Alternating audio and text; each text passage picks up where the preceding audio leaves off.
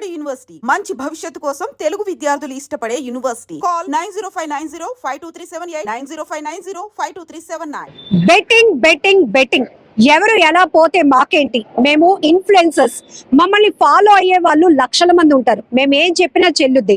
Betting app ని మేము promote చేస్తాం, లక్షలు సంపాదిస్తాం, లక్షలేంటి కోట్లలో కూడా సంపాదించుకుంటాం అనే ధీమా చాలా మంది ఇన్ఫ్లుయెన్సర్స్ లో ఇంతకు ముందు వరకు కనిపించింది. మొత్తానికి ఐపీఎస్ సజ్జనార్ గారు చేసిన ఎక్స్ లో పోస్ట్ ఏదైతే ఉందో మొత్తం ఈ బెట్టింగ్ సామ్రాజ్యాన్ని గడగడలాడిస్తుందని చెప్పటంలో ఏ మాత్రం అతిశయోక్తి లేదు. ఆంధ్ర తెలంగాణ పోలీసులు కూడా బెట్టింగ్ యాప్స్ ను ప్రమోట్ చేస్తున్న ఎవరైనా వాళ్ళ బ్యాక్గ్రౌండ్ ఏదైనా ఇచ్చి పడేస్తున్నారు, కేసులు ఫైల్ చేస్తున్నారు. ఇప్పటికే 11 మంది ఇన్ఫ్లుయెన్సర్స్ పై కేసులు ఫైల్ అవటం, వాళ్ళు విచారణకు హాజరు కాకుండా ఎలా ఎస్కేప్ అవడానికి ట్రై చేస్తున్నారో, కొంతమంది అయితే ముందే మేల్కొన్నట్టు అంటే చేసిందంతా చేసేశారు, చాలా మందిని అప్పుల పాలు చేశారు, చాలా మంది చనిపోవటానికి కారణమయ్యారు. ఇప్పుడు ఏమి తెలియలేనట్టు మమ్మల్ని క్షమించండి, మాకు తెలియక చేశాము, ఇకపై చెయ్యము అంటూ ఏవేవో తమ వాదనలు వినిపించే ప్రయత్నం చేస్తున్నారు. కానీ జనాలు ఎవరు వినటానికి సిద్ధంగా లేరు కదా. ప్రతి ఒక్కరూ కడిగి పాడేస్తున్నారు. ఎందుకంటే వీళ్ళు చేసింది ఎంత పెద్ద నేరం అంటే చాలా మంది చావులకు కారణమైన ఈ ఇన్ఫ్లుయెన్సర్స్ ని కఠినంగా శిక్షించాలనే డిమాండ్ పెద్ద ఎత్తున వినపడుతోంది. మనతో పాటు అడ్వకేట్ పలక శ్రీరామూర్తి గారు ఉన్నారు, ఆయనతో మాట్లాడదాం. సో మన వైజాగ్ నుంచి తీసుకుంటే ఓ ఇద్దరు ఉన్నారు, టోటల్ గా 11 మంది పైన కేసులు కూడా నమోదయ్యాయి. ఏం చెప్తారు? 11 మంది కాదండి, వందలాది మంది ఉన్నారు. ఏంటంటే వాళ్ళ స్వార్థ ప్రయోజనం చూసుకుంటున్నారు. సమాజం ఏమైపోతుంది, రాష్ట్రం ఏమైపోతుంది, దేశం ఏమైపోతుంది అని ఎవరు ఆలోచించలేదు. ఓన్లీ వాళ్ళ స్వార్థం వాళ్ళు బాగుండే చాలు. వీళ్ళు ఏం చేస్తున్నారంటే ఇతరుల మీద దాడి చేస్తున్నారు, జులుము చేస్తున్నారు. ఏంటంటే అక్రమంగా సంపాదించడం, బ్లాక్ మనీ అనమాట. ఆ బ్లాక్ మనీని వైట్ మనీగా కన్వర్ట్ చేసుకుంటారు. ఈజీ వే మనీ సంపాదించడం, ఇతరులను మోసం చేయడం, వాళ్ళ జీవితాలతో ఆడుకుంటూ వాళ్ళ ప్రాణాలు కూడా తీయడానికి వెనకాట్లేదు. అంటే వాళ్ళు ఆర్థికంగా వాళ్ళు ఇబ్బంది పెట్టేస్తున్నారు. ఇంక చాలా మంది ఏం చేస్తారంటే ఇంక జీవితం లేదనుకోని వాళ్ళు చనిపోతున్నారు. ఆ విధంగా చాలా మంది చావులకి కారణం అవుతున్నారు ఈ బెట్టింగ్ యాప్స్ ఎవరైతే చేస్తున్నారో, ప్రమోట్ చేస్తున్నారో. అందులోని సంబంధించి వ్యక్తులు ఎవరైతే వైజాగ్ నుంచి అయితే లోకల్ బాయ్ నాని కానీ అర్ససాయి కానీ, మెయిన్ అర్ససాయి ఏం చేస్తున్నారు, ఈజీగా డబ్బులు సంపాదించుకోవడం. ఏమన్నా ఇగో ఇలా బట్టన్ నొక్కమంటే అలా డబ్బులు వచ్చేస్తాయని వాళ్ళు ఇన్ఫ్లుయెన్స్ చేస్తున్నాడు అందరినీ. ఇదే మంచి మార్గం అనుకొని అందరూ కూడా దాంట్లోకి వెళ్ళి వాళ్ళ యొక్క డబ్బుని ఇన్వెస్ట్ చేసేస్తున్నారు. అక్కడ వాళ్ళకి తెలియట్లేదు, వాళ్ళ డబ్బు లాస్ అయిపోతున్నారు, వాళ్ళ జీవితం లాస్ అయిపోతున్నారు, వాళ్ళ ఫ్యామిలీ లాస్ అయిపోతున్నారు అనే సంగతి తెలియట్లేదు. గారు ఇక్కడ హర్ష సాయి కోసం మాట్లాడుకోవాలంటే పేదవారికి సాయం చేస్తున్నాను అంటూ జనాలకి అప్రోచ్ అయినటువంటి ఆయన ఎన్నో కంటెంట్ చేసి ప్రతి ఒక్కరి విషయంలో ఆయన ఏంటంటే హెల్ప్ చేస్తున్నాడు. ఈ రోజుల్లో ఇంట్లో వాళ్ళు కూడా చేయరు కానీ అలాంటి సాయం చేస్తున్నాడు. ఆయన ఏమి ఆశించకుండా ఒక దేవుడిలాగా ఆయన ట్రీట్ చేసిన వాళ్ళు కూడా ఉన్నారు. రెండో కోణం ఏదైతే ఈ బెట్టింగ్ వ్యవహారం ఉందో, ప్రతి ఒక్కరు నువ్వు చేసిన మోసం ఇలా ఉంది అని చెప్పేసి ఇతన్ని కూడా అరెస్ట్ చేయాలి అనేది ఇప్పుడు పెద్ద డిమాండ్ వినపడుతుంది. 100% అరెస్ట్ చేయాలండి. ఆయన ఏ సాయం చేశాడు చెప్పానండి. ఫస్ట్ ఆయనకు ఒక చారిటబుల్ ట్రస్ట్ ఉందా? ఆ ట్రస్ట్కి ఆయనకి ఇన్కమ్ ఎలాగొస్తుంది? సాయం చేస్తున్నాను, ఆయనకి ఇన్కమ్ ఎలాగొస్తుంది? ఆయన ఏమో రాజకుటుంబీకుడా, లేకపోతే ఆయనకి ఏమైనా ఆస్తులు ఉన్నాయా? మరి ఆస్తులు ఉన్నట్టయితే ఆయన ఇన్కమ్ ట్యాక్స్ ఎందుకు కట్టట్లేదు, సేల్ ట్యాక్స్ ఎందుకు కట్టట్లేదు? ఇంకా వ్యాపారం చేసినట్టయితే ఏమీ లేకుండా ఆస్తులు కూడా లేవు, పూర్వీకులు ఇచ్చిన ఆస్తులు లేదు, ఎలాగొస్తుంది డబ్బు? ఇతరులకు సాయం చేస్తున్నానని చెప్తున్నాడు కదా, ఏ విధంగా వస్తుంది డబ్బు? అంటే ఒకరికి ఒక దగ్గర 1000 రూపాయలు దోచి అందులోని తీసి ఒక 100 రూపాయలు సాయం చేస్తున్నాడు. ఆ 1000 రూపాయలు ఎక్కడి నుంచి వస్తున్నాయి? ఈ 100 రూపాయలు ఎవరికైతే సాయం చేస్తున్నారో వాళ్ళ దగ్గర నుంచి 1000 రూపాయలు కొట్టేస్తున్నాడు. ఆయన కొట్టేసి అక్రమ మార్గం ద్వారా దాన్ని లీగలైజ్ చేసుకుంటున్నాడు. అక్రమంగా సంపాదించి బ్లాక్ మనీ సంపాదించి దాన్ని రైట్ వేలో, లీగల్ వేలో వైట్ మనీ చేసుకుంటున్నాడు. ఆ విధంగా ఆయన పట్టుకొని ఇది బాగుంది, మార్గం బాగుంది అనుకుని మిగతా ఇన్ఫ్లుయెన్స్ అవుతారండి. ఇప్పుడు జనరల్గా నేనైనా కూడా ఏం చదువుకున్నా కానీ ఫస్ట్ ఒక 1000 రూపాయలు సంపాదిస్తున్నాడు అంటే ఈ పని చేయపని 1000 రూపాయలు సంపాదిస్తున్నాడు, నేను అదే మార్గంకి వెళ్తాను కదా. మ్యాక్సిమం ఆలోచించిన వాళ్ళు కాకుండా ఆలోచించిన వాళ్ళు అందరూ కూడా అటువైపు వెళ్తారు. ఆ విధంగా ప్రజల్ని ఇన్ఫ్లుయెన్స్ చేస్తూ వాళ్ళ యొక్క జీవితాలతో ఆడుకుంటున్నాడు. అర్థం రైతు బిడ్డ గురించి ఏం చెప్తారు? చెప్పడానికి నేను రైతు బిడ్డని అంటున్నాడు, కానీ వెనక తీసేది గొయ్యి తీస్తున్నాడు. అని ఈయన రైతు బిడ్డ అని చెప్తున్నాడు. అందరూ కూడా రైతు బిడ్డే కదా ఇంత వెలుగులోకి వచ్చాడు, నేను కూడా ముందుకు రావాలంటే ఎవరికైనా సరే మన కాన్స్టిట్యూషన్ ప్రకారం ఎవరికైనా ముందుకు వెళ్ళాలని ఉంటుందండి. ఎవరైనా డబ్బులు ఎలా డబ్బులు ఒకటే కాదు, ఏ మార్గం కూడా ఎవరు వెళ్ళినా కూడా ఆ మార్గంలో వెళ్ళి సక్సెస్ అవ్వడానికి చూస్తారు. ఆ విధంగా ఇది ఇన్ఫ్లుయెన్స్ చేస్తున్నాడు ఎర్స సాయి అన్వర్. అలాగే సినిమా యాక్టర్స్ ఉన్నారు. ఎస్పెషల్లీ శ్యామల అన్న ఒక ఆవిడ ఉంది. ఆవిడ కూడా ఇలాగే బెట్టింగ్ యాప్స్ పెట్టడం, బెట్టింగ్ ద్వారా డబ్బులు సంపాదించడం, ఇన్ఫ్లుయెన్స్ చేయడం. రీతు చౌదరి అలాగే చేస్తుంది. అలా ఇమ్రాన్ అన్న ఆయన చేస్తున్నాడు. తర్వాత మొన్న ఏదో బిగ్ బాస్ సీరియల్లో ఫస్ట్ వచ్చిన పల్లవి ప్రశాంత్ ఆయన, ఇలా చాలా మంది, వీళ్ళే కాదు, వీళ్ళు వెలుగులోకి వచ్చారు. వెలుగులో రాని చాలా మంది ఉన్నారు. ఆ విధంగా భారత రాజ్యాంగాన్ని అపహాస్యపాలు చేస్తున్నారు, చట్ట వ్యతిరేక కార్యకలాపాలు పాల్పడుతున్నారు. ఆ విధంగా చేస్తూ ప్రజల్ని ఇన్ఫ్లుయెన్స్ చేస్తూ వాళ్ళని అప్పులు ఊబులోకి దూస్తున్నారు. వాళ్ళ జీవితాలతో ఆడుకుంటున్నారు. వీళ్ళపైన కఠిన చర్యలు తీసుకోవాలి. పోలీసు ఆల్రెడీ దీనిపైన ఫోకస్ చేశారు. సజ్జనార్ గారు ఐపీఎస్ ఆఫీసర్ ఎవరైతే ఉన్నారో ఆయన కరెక్ట్ స్టెప్ తీసుకున్నాడు. ఎక్కడెక్కడ ఇలాంటి జరుగుతుంది, సమాజానికి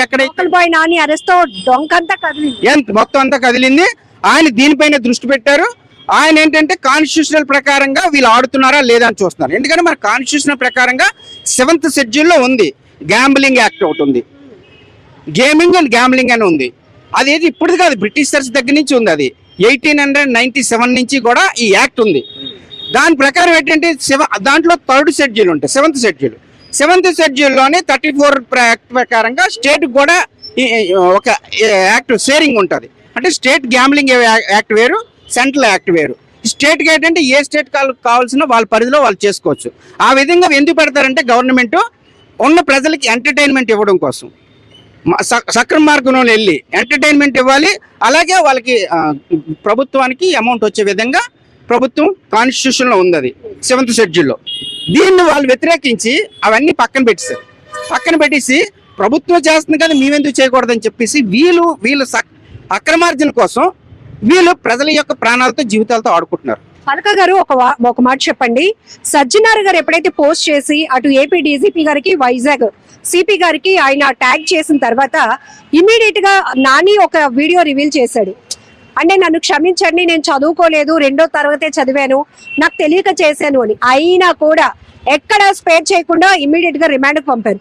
సో ఇప్పుడు వీళ్ళు కూడా ఒక్కొక్కరు ఇప్పటి వరకు బెట్టింగ్ యాప్లు ప్రమోట్ చేసేసి సంపాదించేసుకొని చాలా మంది జనాల్ని మభ్యపెట్టి మోసం చేసి వాళ్ళ ప్రాణాలు పోవటానికి కారకులైన వీళ్ళు క్షమించండి, మేము ఇకపై చెయ్యమని రియలైజ్ అవుతూ వీడియోలు చేస్తున్నారు. ఏమంటారు? అంటే నేను మిమ్మల్ని చంపేస్తాను, మిమ్మల్ని చంపేసి నన్ను క్షమించండి, నేను ఆవిడ చంపేశాను, తెలియక చేస్తాను, చదువుకోలేదు కాబట్టి మిమ్మల్ని ఈవిని చంపిస్తాను నేను, కాబట్టి నన్ను రిలీజ్ చేశానే కదా ఆయన ఎప్పీల్ అదే కదా. అంటే నన్ను చంపేశాను, నన్ను రిలీజ్ చేసేయండి, నన్ను అరెస్ట్ చేయకండి అని చెప్పేసి ఆయన ఎప్పీల్ పెట్టుకున్నాడు. అని బాధగా పెడితే క్షమించేస్తుందండి. భారత రాజ్యాంగంలోని ఇండియన్ ఐపీసీలో కానీ ఇప్పుడు కొత్త బిఎన్ఎస్లో కానీ ఇటువంటి ఎగ్జామ్షన్స్ ఉండవండి. ఎందుకంటే వీళ్ళు సమాజాన్ని పాడు చేశారు, ముఖ్యంగా ప్రజల ప్రాణాలతో ఆడుకున్నారు. ఆ విధంగా అక్రమ సంపాదించి ఇప్పుడు దాన్ని సక్రమ మార్గంలో పెట్టేసుకొని ఈ రోజు నేనేం తప్పు చేయలేదని చెప్పి తప్పించుకోవడానికి నాటకాలు ఆడితే చల్లవండి. ఎందుకంటే ఆల్రెడీ సమాజాన్ని డ్యామేజ్ చేస్తారు, కంట్రీ తాలూకు పరువు తీశారు, యాక్ట్ తాలూకా విలువలు తీసేశారు, యాక్ట్నే వైలేట్ చేశారు. ఇంతమంది పోలీస్ ఆఫీసర్ని మబ్బి పెట్టారు, చట్టాన్ని మబ్బి పెట్టారు, ఈ విధంగా సమాజాన్ని కూడా మబ్బి పెట్టారు. ఇటువంటి వాళ్ళని వదిలే ప్రసక్తి లేదు. వాళ్ళు ఏ ర్యాంక్లో ఉన్నా కూడా వాళ్ళు అరెస్ట్ చేస్తారు. ఎందుకంటే దీనికి సంబంధించి బిఎన్ఎస్లోనే 111(2) సెక్షన్, అలాగే 112(1) సెక్షన్ క్లియర్గా చెప్తుంది. బెట్టింగ్ యాప్లు కానీ చేసి ప్రజల ప్రాణాలతో కానీ ఆటలాడినట్టయితే ఏ రేంజ్లో ఉన్నా సరే, ఏ స్థాయిలో ఉన్నా సరే ఆ వ్యక్తిని అరెస్ట్ చేయాలి అని చెప్పేసి అప్ టు 7 years వరకు 7 years వరకు జైలు విధించవచ్చు, ఫైన్ కూడా వేయచ్చు, 2 కూడా వేయచ్చు. అలాగే దీనికి సంబంధించి నార్కోటిక్ డ్రగ్స్ అని ఒకటి ఉంటుంది, NDPS అని, narcotic and psychotic substances act ఒకటి ఉంది. ఆ యాక్ట్ ప్రకారం కూడా వీళ్ళు ఏంటంటే ఇన్ఫ్లుయెన్స్ చేసి ఎప్పుడైతే ఇందులో దిగారో ఆల్కహాల్కి అలవాటు పడతారు. ఎప్పుడైతే డబ్బు లాస్ అయిపోయారో, అన్ని విధాలుగా లాస్ అయిపోయినాడు, లగ్జరీ లైఫ్ పోయిందో వీళ్ళ కోసం చేస్తారు. వాళ్ళు అప్పుల పాలు అయిపోతారు. వాళ్ళు ఏం చేయాలి, ఆ టైంలోనే బాధ కొద్ది మందు తాగుతారు. మందు తాగడం వల్ల ప్రాణాలకి హాని కలుగుతాయి. వాళ్ళు లివర్ పోతుంది, కిడ్నీలు పోతాయి, అయిపోతుంది, ఇవన్నీ పోతాయి. ఆ విధంగా ఆ యాక్ట్ కూడా ఇంప్లిమెంట్ అవుతుంది. ఇక్కడ అలాగే ఈడీ అండర్ చేసుకోలేదు. ఎన్ఫోర్స్మెంట్ డైరెక్టరేట్ లో ఇన్వాల్వ్ అవ్వాలి. ఇది మనీ లాండరింగ్ కేసు. ఇది ఆల్రెడీ దీనిపైన అడుగుతున్నారు. మనీ లాండరింగ్ కేసు ఉంది 2002లోనే మన మనీ లాండరింగ్ యాక్ట్ ఉంది. మనీ లాండరింగ్ యాక్ట్ ప్రకారం వీళ్ళు డబ్బులు ఏంటంటే ఒక డబ్బులు బ్లాక్ మనీని తీసుకెళ్లి వైట్ మనీగా కన్వర్ట్ చేస్తాను లీగలైజ్డ్ గా. దానికి వీళ్ళు సహకరిస్తున్నారు. అంటే ఇది ఒక గ్యాంగ్. వీళ్ళు ఒక్కడే బయటకు వచ్చిన పేర్లు ఒకటే కాదు మనం లేకపోతే ఇది ఒక number of teams, number of persons ఉంటారు. ఇది ఒక టీము. ఇటువంటి వ్యక్తుల వల్ల టోటల్ కంట్రీ తాలూకు ఇన్ఫ్లుయెన్స్ పోతుంది, కంట్రీ లాస్ అయిపోతుంది. అలాగే సమాజంలో ఉన్న వ్యక్తులపైన తీవ్రమైన ప్రభావం పడుతుంది. కావున ఇటువంటి వ్యక్తులందరినీ కూడా బిఎన్ఎస్ యాక్ట్ 111(2) ప్రకారంగా అలాగే 112(1) ప్రకారంగా అరెస్ట్ చేయాలి. అలాగే ఇందులో ఐటీ యాక్ట్ కూడా పెట్టవచ్చు. ఐటీ యాక్ట్ లోని సెక్షన్ 66(c) అలాగే సెక్షన్ 66(d) ఇవి పెట్టచ్చు. దీంతో పాటు గేమింగ్ యాక్ట్ అని ఉంటుంది. గేమింగ్ యాక్ట్ 1975లో పెట్టారు. దాంట్లోని సెక్షన్ 3 పెట్టవచ్చు, సెక్షన్ 3(4) పెట్టవచ్చు. ఈ అన్ని సెక్షన్ ప్రకారంగా వీళ్ళందరినీ అరెస్ట్ చేయాలండి. నార్కోటిక్ డ్రగ్స్ పెట్టొచ్చు, ఎన్డీపీఎస్ కింద పెట్టొచ్చు, యాక్ట్ కింద పెట్టొచ్చు, గేమింగ్ యాక్ట్ కింద పెట్టొచ్చు, గేమింగ్ యాక్ట్ సెక్షన్ 3(4) కింద పెట్టొచ్చు, ఇన్ఫర్మేషన్ టెక్నాలజీ యాక్ట్ ప్రకారంగా సెక్షన్ 66(c) పెట్టొచ్చు, సెక్షన్ 66(d) పెట్టొచ్చు. అట్లాగే కాన్స్టిట్యూషన్ లో ఉన్న ఫండమెంటల్ రైట్స్ ఏవైతే ఉన్నాయో అవన్నీ కూడా వీళ్ళు వైలేట్ చేశారు. ఫండమెంటల్ రైట్స్ ఉన్నాయి 19 to 22 వరకు. ఈ యాక్ట్లన్నీ కూడా వీళ్ళు వైలేట్ చేశారు. అంటే మొత్తం టోటల్ చట్టాన్ని వ్యతిరేకించి సమాజాన్ని మభ్యపెట్టి ప్రజల ప్రాణాలతో ఆడుకుంటున్నారు. కాబట్టి వీళ్ళందరినీ కూడా తక్షణమే అరెస్ట్ చేయాలి, నాన్ బెయిలబుల్ ఇవ్వాలి. ఈ బెయిలబుల్ సెక్షన్ పెట్టారు కానీ దాన్ని నాన్ బెయిలబుల్ పెట్టాలి. అలా పెట్టినట్టయితేనే ఇటువంటి కంట్రోల్ చేయడానికి అవుతుంది. ఎప్పుడైతే కంట్రోల్ చేస్తారో అప్పుడే ఈ రాష్ట్ర అభివృద్ధి ముందుకు వెళ్తుంది. అట్లాగే అందరూ కూడా సక్రమంగా పనిచేయాలనే దృష్టి వస్తుంది. లేని పక్షులు ఇవన్నీ ఎంటర్టైన్మెంట్ యాక్సెప్ట్ చేశారు అనుకోండి, చేస్తే ఎందుకంత కష్టపడ్డాం, ఇలాగెళ్తే కోట్ల రూపాయలు వస్తున్నాయి, 60 లక్షలు 70 లక్షల రూపాయలు కార్లు కొనుక్కుంటున్నారు, 3 కోట్లు 4 కోట్లు బిల్డింగ్లు కట్టేస్తున్నారు. ఇలా కట్టే ఈజీ వే కదా. ఫారెన్ ట్రిప్స్ రోజుకొక దేశం వెళ్ళి వచ్చేస్తున్నారు, రోజుకొక దేశం. మన పక్క ఊరు వెళ్ళాలంటే మనం ఆలోచిస్తాం ఆయన ఎంత ఖర్చు అవుతుందని. అలాంటిది ఇతర దేశాలు వెళ్ళి వచ్చేస్తున్నారు, వారానికి ఒక దేశం వెళ్ళిపోతున్నారు. ఆ విధంగా ప్రజల డబ్బుతోటి ప్రజలను మోసం చేసి ప్రజల డబ్బుతోటి వీళ్ళు విదేశాలకు వెళ్ళి అక్కడ ఎంజాయ్ చేసి ఇక్కడ ఉన్న సీక్రెట్స్ కూడా అసలు ఇతర దేశాల్లో వీళ్ళు అమ్ముకుంటున్నారు. చెప్పకూడదు కానీ ఎందుకు చెప్పమంటారా, ఇక్కడ ఉన్న ఇన్ఫర్మేషన్ అంతా కూడా వీళ్ళు వెళ్తారు, అక్కడికి వెళ్తారు, ఏదో దేశంలో ట్రై చేస్తారు, వాళ్ళు ఇక్కడ సమాచారం కోరుకుంటారు, వాళ్ళు వచ్చి ఇక్కడికి రాలేరు. అది ఇలాంటి వ్యక్తుల్లో వాళ్ళకి అక్కడ శాలరీ ఇస్తారు, శాలరీ ఇచ్చి ఇక్కడ తాలూకు సీక్రెట్స్ అన్ని వాళ్ళ దగ్గర వాళ్ళు తీసుకుంటారు, మళ్ళీ బ్లాక్మెయిల్ చేయడానికి సిద్ధంగా ఉంటారు ఇతర దేశాలు కూడా. ఆ విధంగా వీళ్ళు ఉపయోగపడుతూ సమాజానికి ఆ విధంగా ఉపయోగపడుతున్నారు ఇతర దేశాలకి, మనకు కాదు. మన తాలూకా వ్యక్తుల జీవితాలతో ఆటలాడుకుంటున్నారు. కావున వీళ్ళందరిపైన కూడా బిఎన్ఎస్ 111(2), బిఎన్ఎస్ 112(1), అలాగే ఇన్ఫర్మేషన్ టెక్నాలజీ 66(c) పెట్టాలి, 66(d) పెట్టాలి. అలా అవసరమైతే సెక్షన్ 66 ఇన్ఫర్మేషన్ టెక్నాలజీ 70 కూడా పెట్టాలి. 70 పెట్టినట్టయితేనే ఇది కరెక్ట్ సెక్షన్ పడుతుంది. ఎందుకంటే ఇక్కడ ఉన్న సమాచారాన్ని ఇతర దేశాలకు అమ్ముతున్నారు వాళ్ళు ఎలక్ట్రానిక్ సిస్టమ్ ద్వారా. అలాగే గేమింగ్ యాక్ట్ లోని సెక్షన్ 3 and 4 గేమింగ్ యాక్ట్ ఇది పెట్టాలి. సబ్స్టెన్సెస్ యాక్ట్ ఎన్డీపీఎస్ ఇది పెట్టాలి. కాన్స్టిట్యూషన్ లో రైట్ ని ఏదైతే వైలేట్ చేశారు కాబట్టి దానిపైన 420 కూడా పెట్టవచ్చు. అంటే పాతది ఇది 420, ఇప్పుడు సెక్షన్ మారేది, కొత్త సెక్షన్ దాని ప్రకారంగా పెట్టాలి. ఆ విధంగా వెళ్ళినట్టయితేనే మనం ఈ బెట్టింగ్ యాప్ ను ఆపగలుగుతాం. ఇందులోని పోలీస్ ఆఫీస్ అందరూ ఇన్వాల్వ్ అయినందుకు వాళ్ళందరికీ ధన్యవాదాలు. వాళ్ళకి మా న్యాయవాదిగా నేనైతే ఏ విధంగా సపోర్ట్ కావాలన్నా కూడా వాళ్ళకి ఇవ్వడానికి మేమైతే సిద్ధంగా ఉన్నాం. ఆ విధంగా ఈ సమాజాన్ని ముందుకు తీసుకెళ్దాం. సమాజాన్ని ముందుకు తీసుకెళ్ళడానికి మా న్యాయవాది పాత్ర ఎంతవరకు ఉందో మేము అందరూ కూడా సహకరిస్తాం. Thank you.